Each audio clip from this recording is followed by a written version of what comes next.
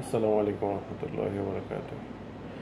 আমার কাছে মনে হয় যারা রাজনীতি করে না তারাই মনে হয় দিনের মধ্যে সবচেয়ে বড় স্বাধীনতা ভোগ করতে পারে। আর প্রথমত আল্লাহ তাআলার ইবাদত যারা করেন, যারা শিরিক করেন না বা যারা শিরিক মুক্ত ইবাদত করেন, তারাই একমাত্র স্বাধীনতার সুফল বা স্বাধীনতার স্বাদ গ্রহণ করতে পারেন।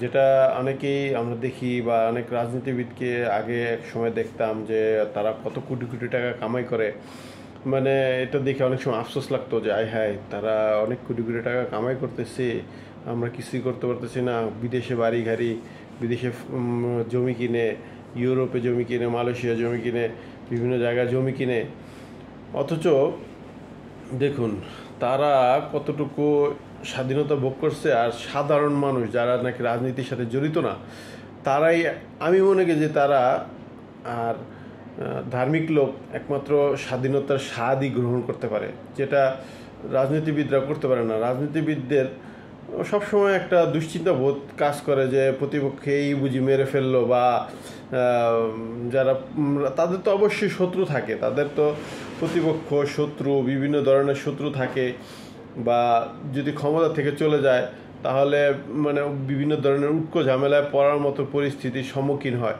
যেটা সাধারণ মানুষের পক্ষে আল্লাহর রহমতে এই জিনিসগুলো হয় না। যারা নামাজি লোক বা যারা রাজনীতির সাথে জড়িত না, নামাজি পাচক্য নামাজি রাজনীতি করে না, রাজনীতির আশেপাশে ধারে কাছেও ঘেঁষে না, বা বিভিন্ন নেতার গুণগান গায় না, তারা দেখা গেছে আমি মনে করি যে তারা অনেক স্বাধীনতা ভোগ করেন, যেটা মানে রাজনীতিবিদরা হয়তো টাকা কামাই করেন, ধুমসে হয়তো টাকা কামাই করেন, এক সিজন খুব টাকা কামাই করে, আবার আরেক সিজন দেখা যায় যে তাদের জীবনের অনেক রিস্ক থাকে। এমনও হয় যে প্রতিপক্ষের লোকেরা তাকে গুলি করে মেরে ফেললেও বা ক্রস ফায়ার করে মেরে ফেললেও কারো কিছু বলার থাকে না, পাখির মতো মেরে ফেলে, কিন্তু তাদের সেই জীবনের কোনো মূল্য থাকে না।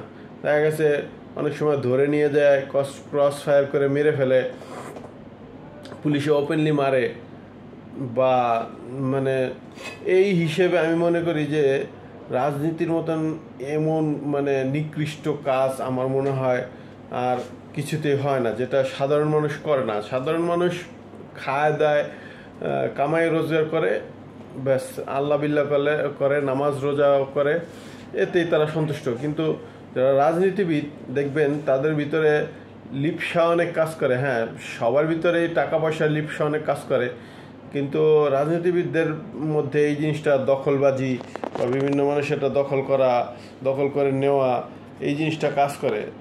হ্যাঁ, রাজনীতিবিদরা যে খারাপ কাজ করে, অনেক রাজনীতিবিদ আছে যারা মানে সাহাবি, এরা তো অবশ্যই রাজনীতি করতো, হুজুর সাল্লাল্লাহু রাজনীতি করতো, কিন্তু ওনারা তো কোনো খারাপ রাজনীতি করে নাই। ওনাদের ভিতরে সততা ন্যায়পরায়ণতা ছিল, যার দরুন ওনাদের মরার পরেও যুগে যুগে মানুষ তাদের নাম মনে রাখে।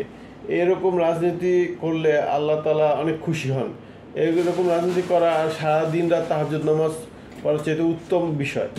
অতএব আল্লাহ তাআলা আমাদেরকে ন্যায়প্রাণ সততার সহিত রাজনীতি করার তৌফিক দান করুক। আর যারা সাধারণ মানুষ আছেন তাদেরকে আল্লাহ তাআলা স্বাভাবিকভাবে ভালো জীবনযাপন দান করেন, এবং রাজনীতিবিদদেরকেও আল্লাহ তাআলা হেদায়েত দান করেন। আমিন। ভিডিওটি ভালো লাগলে লাইক, কমেন্ট, শেয়ার করে সাবস্ক্রাইব করে আমাদের সঙ্গে থাকবেন।